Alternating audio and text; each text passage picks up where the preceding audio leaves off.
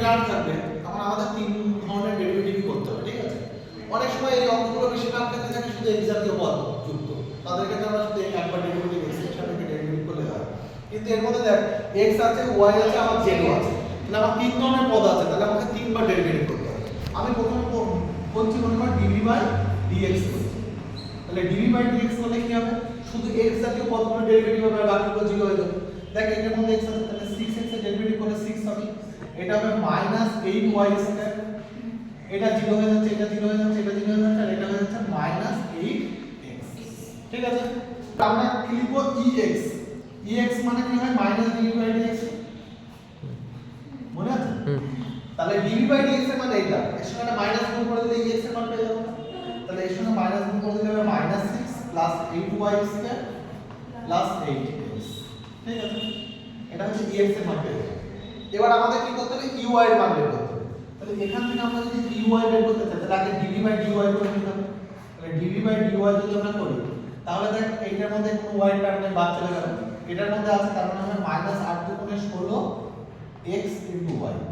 ঠিক আছে, এটার মধ্যে y আছে এজন্য -8 ও 8, আর এটার মধ্যে z, আর এটা 0, এটা 0। এটা কেন বাদ যাচ্ছে? কারণ x হচ্ছে ধ্রুবক করে ডেরিভেটিভ 0 হয় করে দিতে পারে। তাহলে ey করব, ey মানে -dv/dy, তাহলে এটা করলে হবে -16xy +8 -6z। এবার আমাদের ez এর মান বের করতে হবে, তাই না? তাহলে ez এর মান আমরা এইভাবে বের করতে পারবো। তাহলে ez এর বের করতে গেলে আগে dv/dz করতে হবে। তাহলে dv/dz করছি, তাহলে dv/dz করলে এটা 0, এটা 0, এটা 0, এটা থেকে আসবে হচ্ছে 6y, আর এটা থেকে আসবে -8z। তাহলে ez সমান হয়ে যাবে -dv/dz, তাহলে এটা হয়ে যাবে -6y +8z। বুঝা গেল? এবার আমাদের দিকে দেখো, আমাদের ex ey ez এর মান পাওয়া গেছে। এবার অঙ্কটা বলেছে 2 কুলম্ব আধানের উপর ক্রিয়াশীল বলের মান নির্ণয় করো।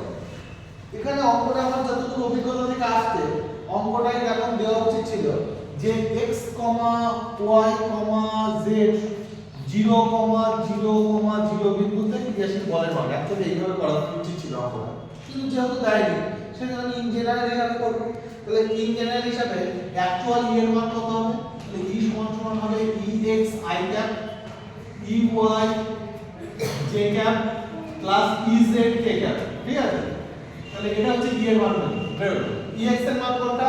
ex এর মান এই যে আমি এটা পেয়ে গেছি, তাহলে হয়ে গেল -6 + 8y² + 8x।